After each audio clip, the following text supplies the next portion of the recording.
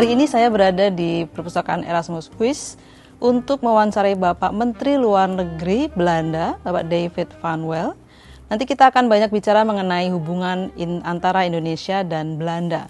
Dan akan sedikit juga menyinggung mengenai isu-isu internasional dan yang dihadapi dunia saat ini, antara lain ada krisis di Ukraine dan krisis di Gaza. Bersama saya sudah hadir Bapak Menteri Luar Negeri Belanda, Bapak Minister David van Weel. Welcome to Indonesia, and thank you for having us today. For today, we're going to talk a lot about Indonesia and Netherlands relationship, and we're going to talk also about Netherlands' perspective on international issues and global security issues. And before that, would you kindly tell us more on the trip that you're having to Indonesia? What kind of cooperation that you have spoken with our minister, Bapak Sugiono, yesterday? So I've only been in this job for 1 month, and this is actually my first trip to Asia, so I decided to pick Indonesia as my first destination here in the region. The reason being the long historical ties that the Netherlands and Indonesia have had, but also the great opportunities that we have for cooperation in the future. I think we're very like-minded countries, and that was also the main topic of discussions with your Minister for Foreign Affairs, Sugiono, who I had the pleasure to meet yesterday for an extended talks. Mm-hmm.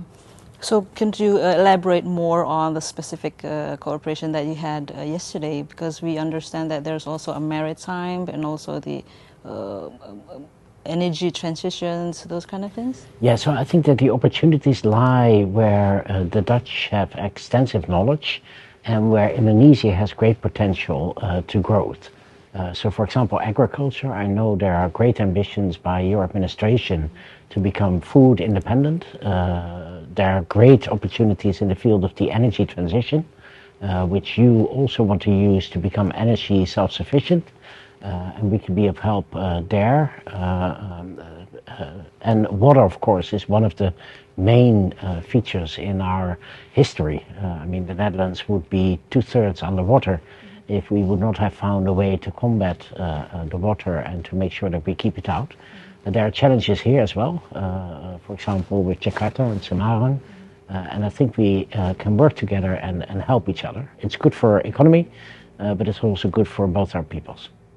So do you have any specific joint projects planned already on that renewable energy or the sustainable agriculture? Is there any concrete? So we came up with a plan of action for the coming 3 years. So the minister and I agreed on that plan. It is a very long plan. It covers a range of issues from cultural cooperation to economic cooperation. I think in the field of water cooperation, I've just visited some companies this morning who are working on a new container terminal, but also the seawall plans that are now being developed by your administration. I think we can help you in developing those. When it comes down to energy, we see opportunities to work on waste to energy. So how do you turn waste into a source of energy? But also yesterday I heard from your Minister of Education, the Vice Minister, that you have a lot of seaweed and you're planning on seeing how you could use seaweed to produce energy. Agriculturally, the Netherlands is only a very small country in size, but we are the second agricultural exporter in the world. So we've become really good in producing a high yield on a small geographical footprint. And I think that's something that we could also bring in knowledge here to Indonesia. So a lot of companies are already active here. Some have been active here for a long, long time. Others are just starting now. But we see that the business opportunities both ways are there. Can I ask about what are in Netherlands' expectation regarding the EU-Indonesia Comprehensive Economic Partnership, CEPA? With this agreement, what are the opportunities and potential for cooperation that can be reached? In what areas can Indonesia and the Netherlands achieve in the long term? So I'm happy that a conclusion was reached in the negotiations between the Commission and Indonesia. I think this puts Indonesia at a big advantage in trade cooperation with the EU. Of course, the EU Council will have to vote on this, But I have good faith that we will get there somewhere in the beginning of next year. And then this would mean that we have lower trade barriers, that we have better investment climates both ways, so both for Indonesia and EU countries and the other way around.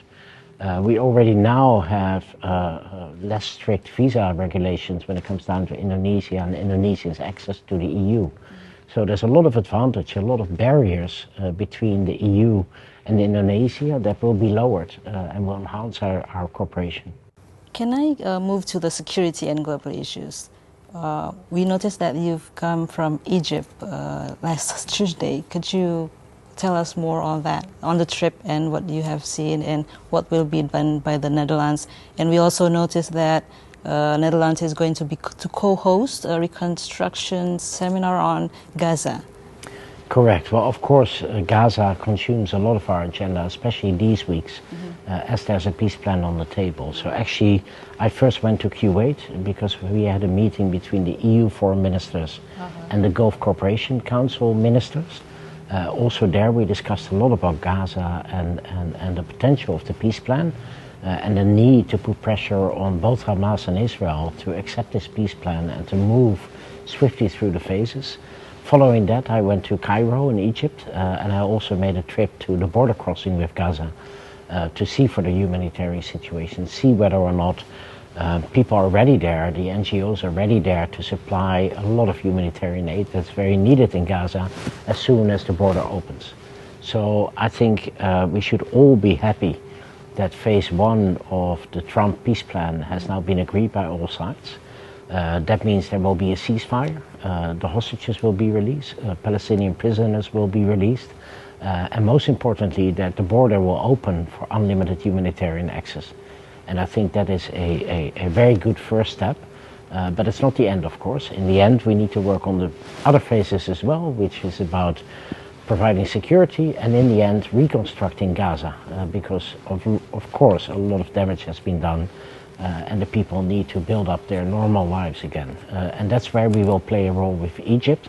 Egypt has taken the lead in this reconstruction effort. There will be a conference, I think in a few weeks' time, and we will gladly co-host that to get as many countries behind this reconstruction plan as we can. So, Minister Van Weel, you've had extensive experience in NATO before the minister. And European diplomacy, of course. How is the Netherlands positioning itself in today's shifting global landscape? I mean, especially with the growing geopolitical tensions and new security challenges.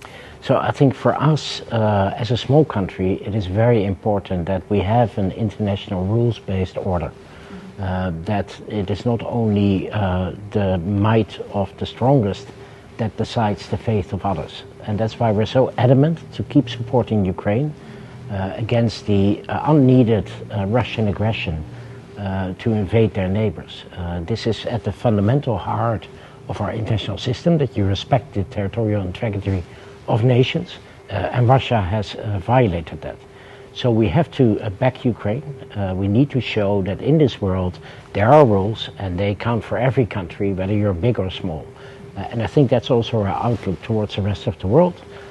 Towards a system that we would like to see remaining functioning based on the UN Charter, based on human rights, based on cooperation between countries, and in a global manner and not in smaller groupings behind bigger countries. So how great is the potential of peace in Ukraine?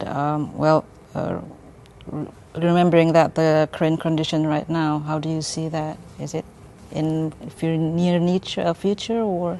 So what we've seen is that in the past almost 3 years, Russia has not been able to gain much territory. They have been fighting and trying to do so, but at a great human loss. In some months, President Putin has lost 20,000 soldiers. So 20,000 Russian young men died in 1 month on the battlefield in Ukraine. So this shows, one, that he's not able to win this conflict and Ukraine is holding up very bravely. Two, it also shows how determined Putin is to continue on this path of destruction. So we need to apply pressure, more pressure on Putin, economically, diplomatically, in order to persuade him to come to the negotiation table and settle this conflict with Ukraine. On the Gaza issue, first of all, on the Gaza issue, do you see any, is this already a positive step ahead with what they have achieved yesterday. Would you see this going direction to the peace process? I mean, really, is it coming to what we have imagined before, that we're going to have this peace and we're going to have this Palestine with two-state solutions, because more and more countries are recognizing Palestine? How do you see that? So I think the only lasting solution for the Middle East is a two-state solution. So that means a viable Palestinian state next to a secure Israel. That is the only way that we will achieve peace in the Middle East, and all the countries surrounding Israel and the Palestinian areas support this idea. Part of the Trump peace plan is also working towards self-determination for the Palestinian people. So yes, some countries use this momentum that is there to recognize Palestine. Other countries, like my own, we reserve the right to do so at a later moment when we feel that they can give a push in the right direction towards the settlement and the two-state solution. The good thing about this peace plan is that it not only provides for a ceasefire and the release of hostages, but it also has a plan for the governance in the shorter term in Gaza, the rebuilding of Gaza, and thereby creating conditions for the two-state solution that all of us want. Can I ask about more on your trip to Egypt, on the side of Egypt to Gaza? Because we only notice it from news and stations and everything. Could you tell us how the condition is there? Is it true that there's a lot of aid from all over the world, but it's not distributed to people, and how is that really conditioned in the field? So I cannot speak for Gaza because I've only been to the border crossing. You are not able to enter Gaza, and the Gazan border to go out is closed at the moment. This is something that needs to be resolved in this peace plan, that the border opens as soon as possible. Aid does go in on a daily basis, so I've been to the distribution centers in Egypt where they load hundreds of trucks every day with food, with medicine to go into Gaza, and that goes through that crossing in Rafah, and then a bit to the north and through the scanners into Gaza. So aid is going in, but it's not enough. More needs to be done. And these organizations have told us that they're ready to provide up to 1,000 trucks per day of aid to go into Gaza as soon as the border is opened. So let's hope that that happens very soon, and maybe even this weekend, with phase one of the peace plan going into action. And I think that's very well needed for the people of Gaza. My last question would be, how do you see, coming back to our bilateral relationship, how do you see our relationship in the future? What areas still need to be we need to work on? What kind of areas which is more important for us? Because as you know, Indonesia, we have a long history together, and we're trying to build that and having more cooperation on that. What is the most important areas that we need to work together on? So for me, that is people-to-people contacts. So part of having such good relationships between the two nations is because we in the Netherlands have 2 million people that have a link to Indonesia, either through family history or through education or otherwise.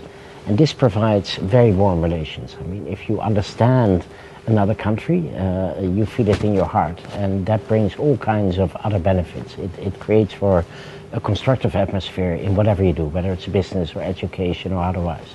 And then I think what we can look into, and I know your government is very eager on that, is to see in the new markets that will arise, in the new technologies that will dominate our life, what could be the role that Indonesia wants to play there, and can we cooperate, for example, in the scientific field? And thinking about, for example, I know your government has a inclination towards doing something in the semiconductor chain. Well, this is something we can look into from a scientific point of view. Has this been discussed before with our government on the semiconductors? I mean, is there any talking about that, discussing about that before? So it's in the plan of action. So it will be one of the items that we will work on, starting, as I said, with the knowledge institutes and students. So I think that's a good starting point. Thank you very much, Minister Van Weel, for everything that you have tell us about. We hope that your staying in Indonesia would be memorable, and we hope that you come again to Indonesia. And thank you for your time. Thank you. Begitu hasil wawancara kita dengan Bapak Menteri Luar Negeri Belanda, Bapak David Van Weel. Sekian dari Kompas. Sampai ketemu lagi di kesempatan yang lain, sahabat Kompas, pamitan. Terima kasih.